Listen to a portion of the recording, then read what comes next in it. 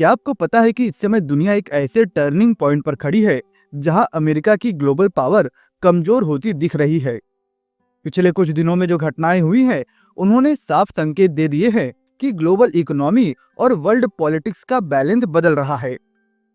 पिछले कुछ दिनों में यूएस गवर्नमेंट बॉन्ड पर हैवी प्रेशर साफ दिखने लगा है। 10 साल की बॉन्ड यील्ड करीब 4.13% से बढ़कर 4.26% पर जा पहुंची है, जो सितंबर 2025 के बाद हाईएस्ट लेवल माना जा रहा है। लास्ट फाइनेंशियल ईयर में अमेरिका ने सिर्फ इंटरेस्ट पेमेंट पर ही करीब $1 ट्रिलियन से ज्यादा खर्च किए। ये अमाउंट डिफेंस बजट और मेडिकेयर बजट से भी ज्यादा है, जो अपने आप में एक डेंजर सिग्नल है। प्रॉब्लम सिर्फ ये नहीं है कि अमाउंट बहुत बड़ा है, असली समस्या ये है कि इसकी स्पीड भी काफी तेज है। एक्सपर्ट मानते हैं कि अगले 10 सालों में ये इंटरेस्ट कॉस्ट करीब 76% तक और बढ़ सकती है।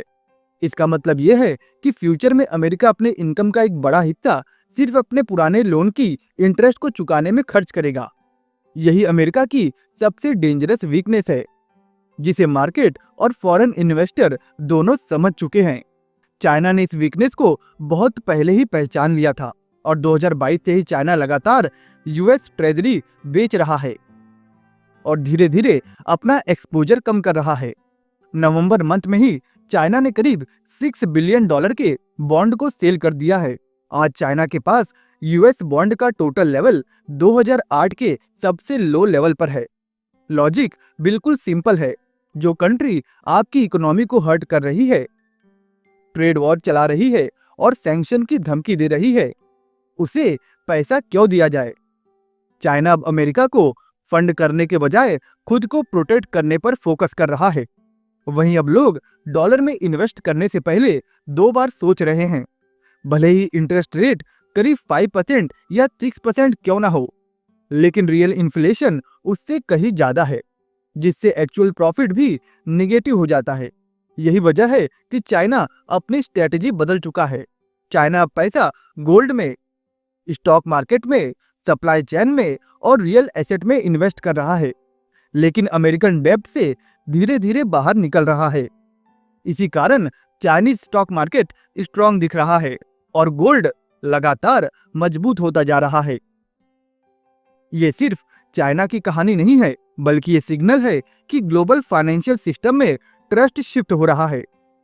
सबसे पहले एक स्ट्रांग सिग्नल देखिए। कनाडा, जिसे अमेरिका का सबसे करीबी सहयोगी माना जाता है, उसने चाइना के साथ $1 ट्रिलियन लेवल की एक मैसिव डील को साइन कर लिया है। ये सिर्फ एक नॉर्मल ट्रेड एग्रीमेंट नहीं है, बल्कि एक क्लियर वार्निंग है कि अब कंट्रीज अमेरिका पर ब्लाइंड ट्रस्ट नहीं कर रही। दुनिया धीरे धीरे एक नए डायरेक्शन में मूव कर रही है, जहां हर कंट्री अपने फायदे और सिक्योरिटी को पहले रख रही है। G7 कंट्रीज और नाटो अलायंस भी अब इस रियलिटी को इग्नोर नहीं कर सकते, क्योंकि ग्राउंड रियलिटी यह है कि ट्रम्प की नजर में हर कंट्री और हर रीजन एक तरह का डील या फिर एक प्रेशर पॉइंट है। दोस्ती से ज्यादा पावर और प्रॉफिट डिसाइड कर रहे हैं कि कौन किसके साथ खड़ा होगा। और अमेरिका की फाइनेंशियल डोमिनेंस अब पहले जैसी स्ट्रांग नहीं रही। और अब आते हैं इस पूरी स्टोरी के सबसे की पॉइंट पर, यानी कि ग्रीनलैंड। अमेरिका ओपनली कह रहा है कि वो ग्रीनलैंड पर अपना कंट्रोल लेना चाहता है।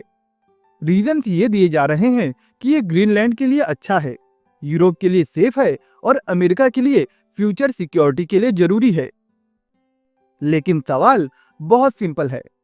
अगर अमेरिका फोर्स यूज करके ग्रीनलैंड को लेता है, तो वो रशिया द्वारा क्रीमिया लेने से अलग कैसे हुआ? यूरोप से उम्मीद की जा रही है कि वो इस एक्सप्लेनेशन को एक्सेप्ट कर ले। अमेरिका ग्रीनलैंड को इकोनॉमिक और स्ट्रेटेजिक रीजन से चाहता है। असल में अमेरिका इसे फ्यूचर मिलिट्री बेस और स्ट्रेटेजिक हब के रूप में देख रहा है। लेकिन इसी थिंकिंग से पूरी दुनिया में गुस्सा बढ़ चुका है। डेनमार्क ने ग्रीनलैंड की तरफ सैनिक भेज दिए हैं। फ्रांस के प्रेसिडेंट मैक्रोन ओपनली रिटेलिएशन की बात कर रहे हैं और ट्रंप लगातार स्टेटमेंट देकर सिचुएशन को और भी खराब कर रहे हैं। और अब सबसे बड़ा सवाल यूरोप को लेकर है।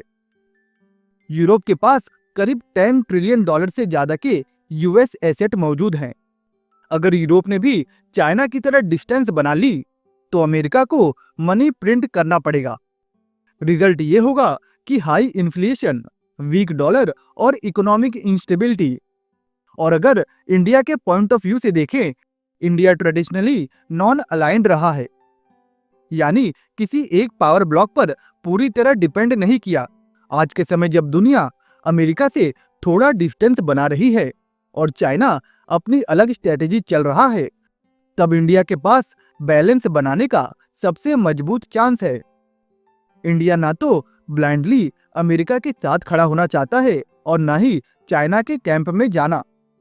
इंडिया का फोकस क्लियर है, नेशनल इंटरेस्ट, इकोनॉमिक ग्रोथ और लॉन्ग टर्म स्टेबिलिटी। चाइना जब यूएस बॉन्ड से बाहर निकल रहा है, तब इंडिया क्वाइटली अपनी पोजीशन को मजबूत कर रहा है।